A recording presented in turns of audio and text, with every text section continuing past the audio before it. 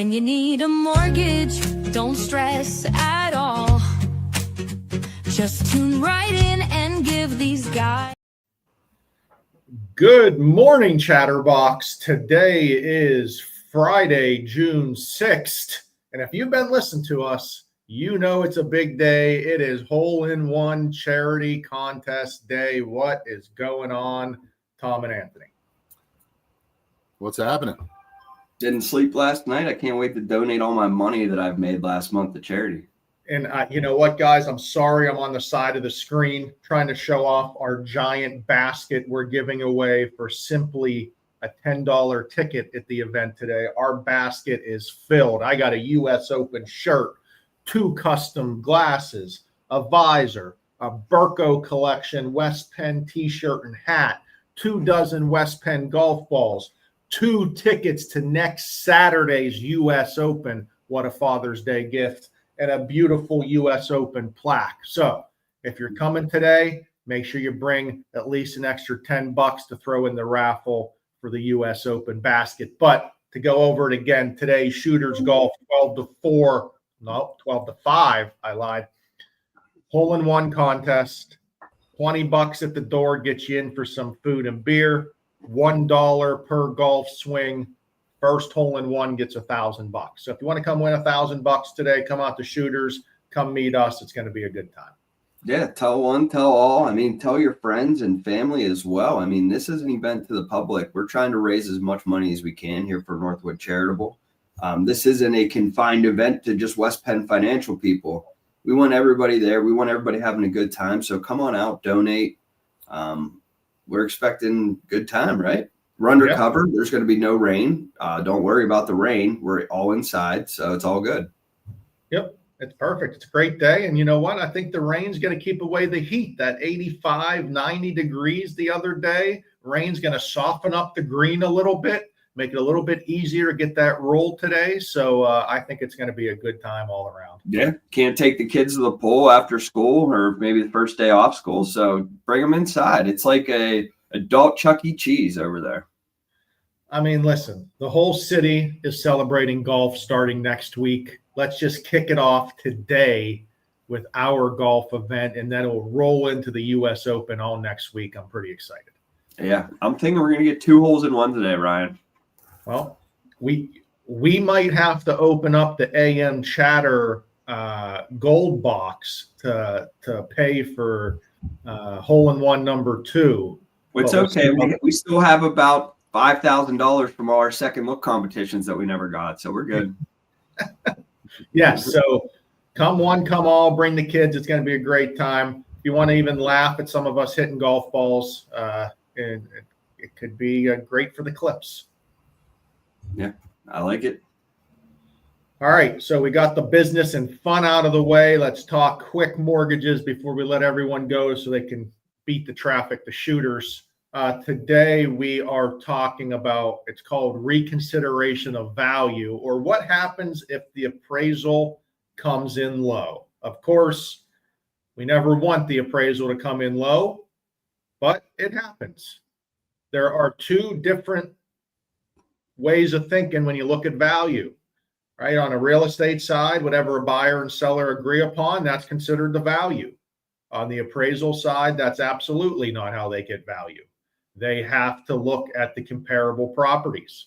So when a property comes in under value, it's now up. It used to be, right, hey, it's under value. Let's try to get comparables. Let's get that value up. But the roles have changed.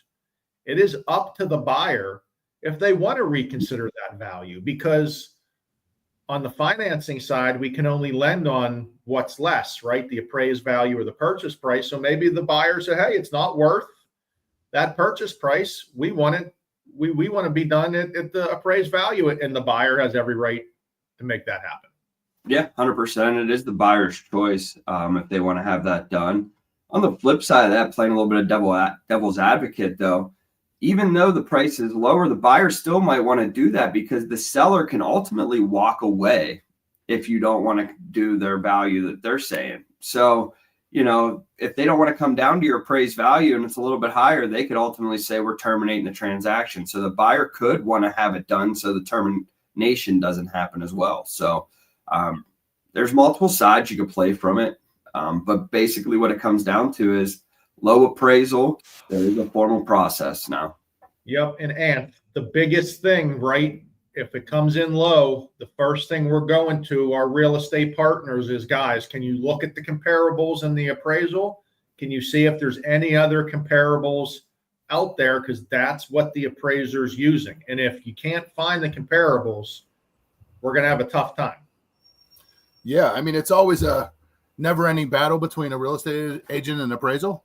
There's always a little tug and pull there, but they're doing their best based on what's available in the market, based on the perimeter. So ultimately, we're going to reach out to the agent, ask them, hey, how did you come up with this value to make this offer and or list the price? If you have those comps, ultimately we can receive those comps and send to the appraiser to have another look at it to make sure that they are using the best comps available for the specific property.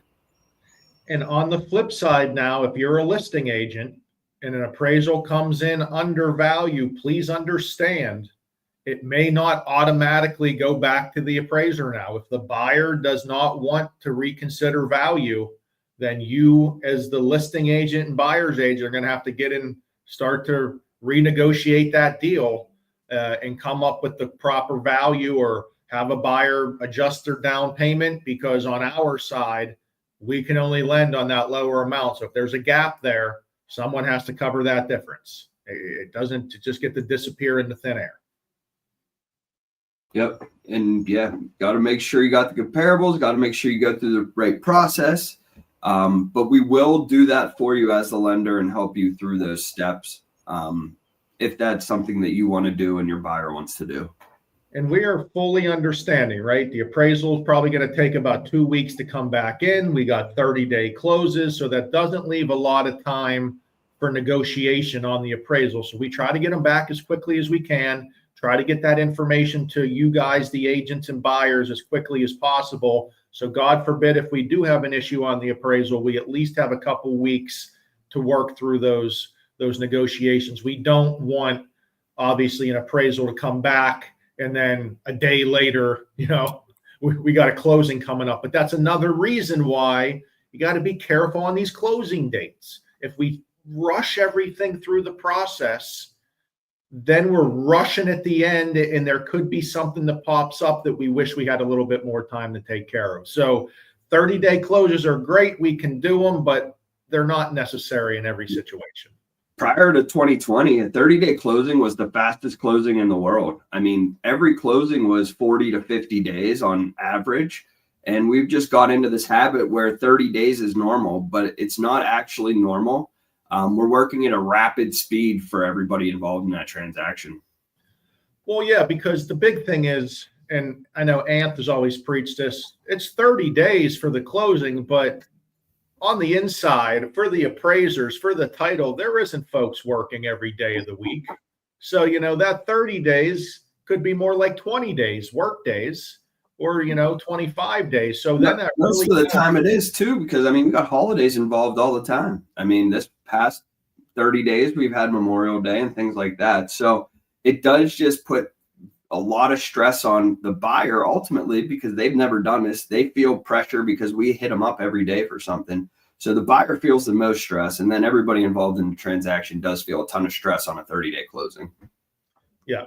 And that's, again, we want to be fast, accurate, and quick, but we don't want to rush buyers through the process. We want to make sure they enjoy buying the home. We don't want to talk about how they just felt like they were pushed all the way through and didn't get any sort of option of financing or negotiating or anything like that. And if you talk to a lot of buyers, that's how they felt during COVID, right? Everyone talks about the 3% interest rates, but no one talks about how buyers had to give up everything and go over asking just to get into a home. So, hey, it's a strong, solid market out there right now.